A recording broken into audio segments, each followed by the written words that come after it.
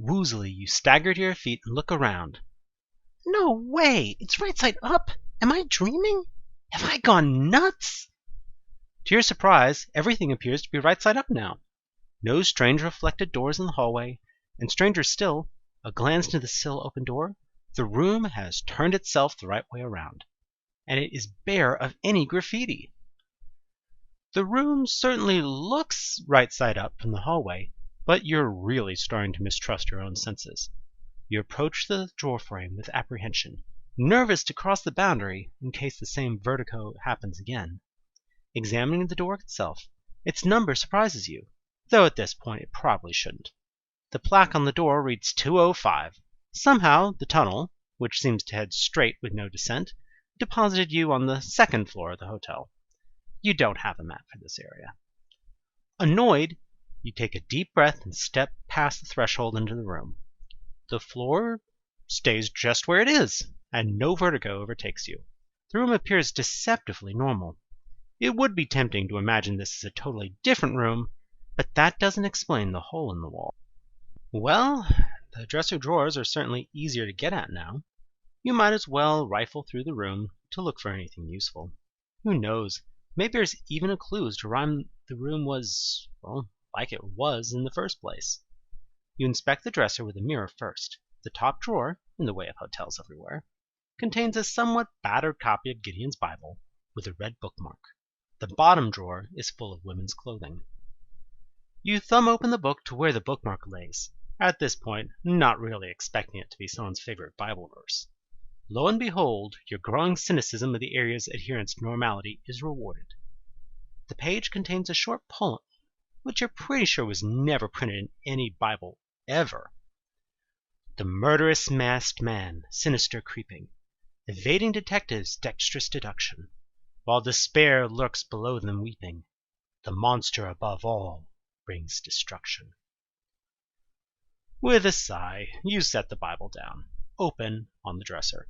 You'll deal with that in a moment. You shuffle through the clothes in the lower drawer. Most of it is extremely girly and rather revealing. You find, tucked in the waistband of a very pretty, if somewhat abbreviated dress, a red ceramic plate about the size and shape of a bookmark. Embossed on it is depicted a figure of a man in a mask and cloak. He reminds you a bit of the Phantom of the Opera. You hold the ceramic plate up to the Bible. The plate is probably too thick to be used as an actual bookmark. It's about the thickness of a CD case.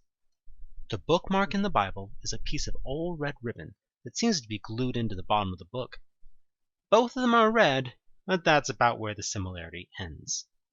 However, looking back at the verse in the book, the murderous masked man could refer to the image on the ceramic plate. If that's the case, then you'll probably need something involving characters from the rest of the poem, though you have no idea what they're for. Still, you used an arcade token to open a secret door that leads to an upside-down room. Compared to that, a Bible verse about embossed ceramic tiles almost makes sense. You should probably take the poem. As roomy as your coat is, you're not sure jamming the entire Bible into it would be very comfortable. After a moment's thought on the bad luck it might bring you, could your luck get any worse? You rip the pages of the poem out and shove them and the tile into your pocket. You march across the room, closing the door along the way so you can better get at the nightstand drawer.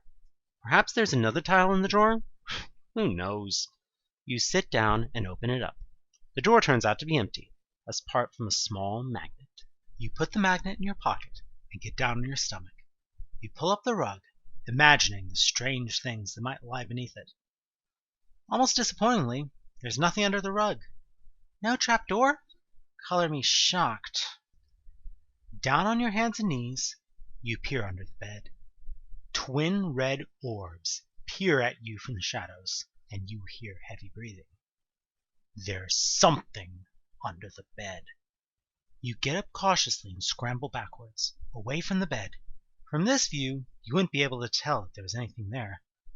But you know it's still there. Unless it somehow got behind you.